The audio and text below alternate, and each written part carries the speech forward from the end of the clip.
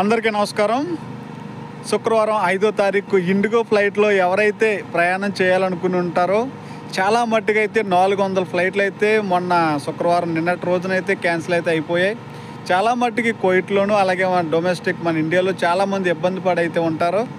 దీనికి ముఖ్య కారణం ఏంటంటే వాళ్ళు ఇండిగో ఫ్లైట్ వాళ్ళు రిలీజ్ చేసిన లెటర్లో అయితే ముఖ్యంగా పైలట్లు షార్టేజ్ అయితే ఉన్నారంట. అలాగే క్రూ మెంబర్స్ కూడా షార్టేజ్ అనేది ఎక్కువ అయిపోయిందంట. అందుకని ఈ ఫ్లైట్లన్నీ కూడా ఒక్కసారి శుక్రవారం అలాగే షార్టేజ్ చేయడం అయితే జరిగింది.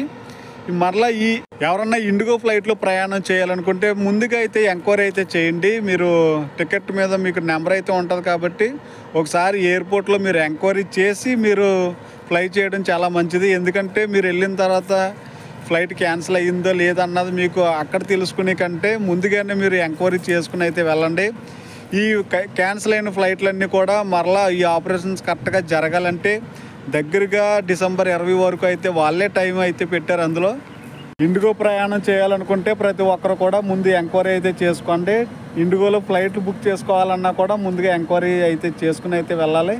ఫ్లైట్ కూడా వచ్చి శుక్రవారం అయితే మా ఫ్లైట్ మేము కూడా ముందుగా చెక్ చేసుకుని అప్పుడు ట్రావెల్ అయితే చేస్తాం. లేకపోతే ముందుగానే ఒకసారి ఎంక్వైరీ చేసుకోండి. లేకపోతే ఫ్లైట్ క్యాన్సిల్ చేసుకుంటే మనకు 100% క్యాష్ బ్యాక్ ఇచ్చేస్తాడు. కాబట్టి వేరే ఫ్లైట్లో వెళ్ళడానికి అయితే ట్రై చేస్తాం ముందుగానే.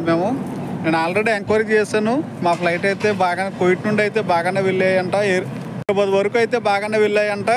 అలాగే హైదరాబాద్ నుండి రాజమండ్రి ఫ్లైట్ అయితే క్యాన్సిల్ అయితే అయిపోయింది. అంటే ఒక బ్రో అయితే వెళ్ళాడు.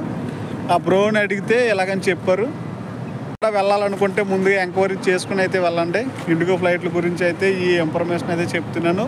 వీడియో నచ్చితే సబ్స్క్రైబ్ అయితే చేసుకోండి. అలాగే మీకు ఈ వీడియోలో ఇన్ఫర్మేషన్ నచ్చితే నేను ఎంక్వైరీ చేసుకుని అయితే వెళ్ళండి.